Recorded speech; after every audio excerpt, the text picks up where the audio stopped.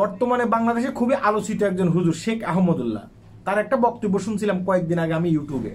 তিনি বলছেন যে আপনারা কোথায় ফেম শিখেন, ফেমিকের কাছে আপনার দর্শন হন, আপনি কোথায় ফেম শিখেন?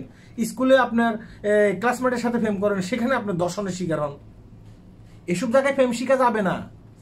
উনি বলছেন যে ফেম শিখতে হলে হুজুরদের কাছে ফেম শিখতে হবে, কারণ হুজুরেরা আপনাকে প্রকৃত ফেম শিখাতে পারবে। তিনি এইটা বলতে বলে গেছেন যে সমস্ত হুজুরের কাছে ফেম শিখা যাবে না, কিছু কিছু হুজুর লুচ্চাও হয়, কিছু কিছু হুজুর বদমাইশও হয়, কিছু কিছু হুজুর দর্শনকারীও হয়। তিনি এটা বলতে বলে গেছেন। দর্শন শব্দটা যখন উল্লেখ করছি, তাহলে এখন কিছু কথা বলতে হচ্ছে। তৃতীয় শ্রেণীর একজন ছাত্রী, ছোট্ট একটা মেয়ে, সে স্কুলে যাইতেছে তার আপন মনে। প্রথম, দ্বিতীয়, তৃতীয় শ্রেণীর ছাত্রীর বয়স কত হইতে পারে? সে স্কুলে যাইতেছে কিভাবে? তার আপন মনে। আর আড়াল থেকে ওট পেতে আছে কি? একজন হাইনা, একজন দর্শনকারী, একজন টুপি দাড়িওয়ালা একজন ব্যক্তি। আমি হুজুর বলবো না, হুজুর বললে আবার কমেন্ট বক্স ফাড়াই ফেলাবেন গালি দিয়া। সে কি করছে? মেয়েটাকে খপ্পস করে ধরছে, জঙ্গলের ভিতরে নিয়ে গেছে, আর যা ইচ্ছা তাই করছে। বুঝতে পারছেন যা ইচ্ছা তাই কি শব্দটা? এই অমানুষ সে এই কাজটি করছে। পত্রিকাতে আসতেছে, দেখেন পত্রিকাতে গিয়ে বিস্তারিত পড়ে আসবেন।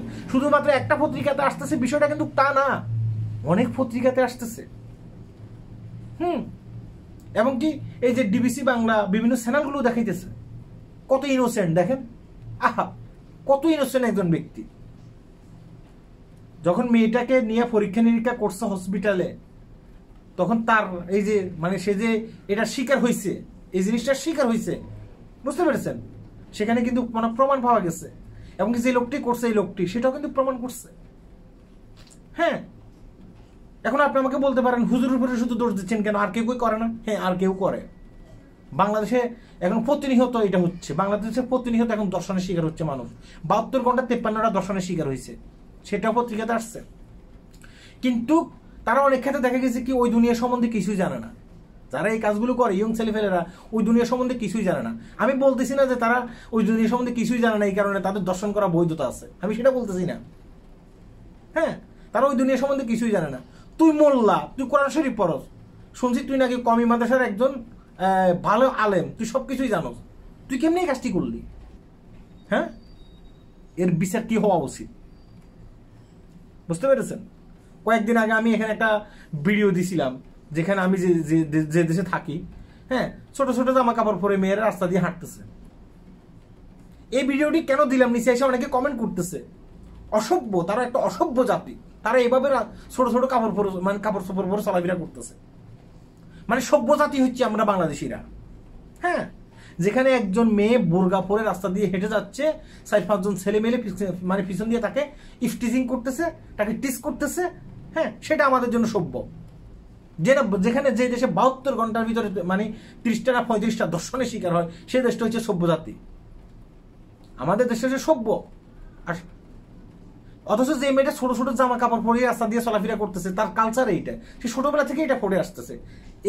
সেই কাপড়টা পরে আপনাকে দেখানোর জন্য পড়তেছে না, তার কালচার এইটা। আর বাংলাদেশে একটা মেয়ে বোরকা পরা অবস্থায় তাকে যে আপনি ইফটিজিং করতেছেন।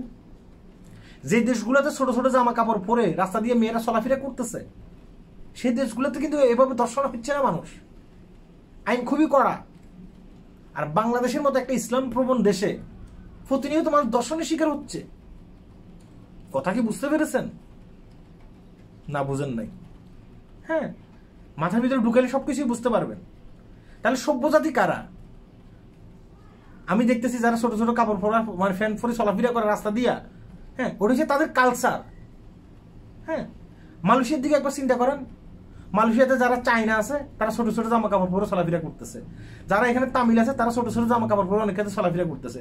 যারা এই দেশের মুসলিম আছে তারা বোরকা পরে চলাফেরা করতেছে। সবাই একই অফিসে গিয়ে কাজ করতেছে, কেউ কারোর ড্রেস নিয়ে সমালোচনা করতেছে না। তুমি এই ড্রেস কেন পরে আসছো, তুমি এই ড্রেস কেন পরলা, কিংবা তোমার ধর্ম এটা, আমার ধর্ম এটা কেন, এটা নিয়ে মারামারি হচ্ছে না। আজকে দীর্ঘ 8 বছরের উপরে আমি মালয়েশিয়াতে আছি, হচ্ছে না। তারা ধর্ম নিয়ে কখনো আলোচনা করে না। আলোচনা যদি করতে হয় তাদের রুমে গিয়ে করে। তার ধর্ম তার কাছে সেরা, আমার ধর্ম আমার কাছে সেরা। কিন্তু আমাদের দেশে প্রতিনিয়ত ধর্ম নিয়ে পিড়াপিড়ি চলতেছে। অনেক ক্ষেত্রে হিংসা শিখানো হচ্ছে আমাকে।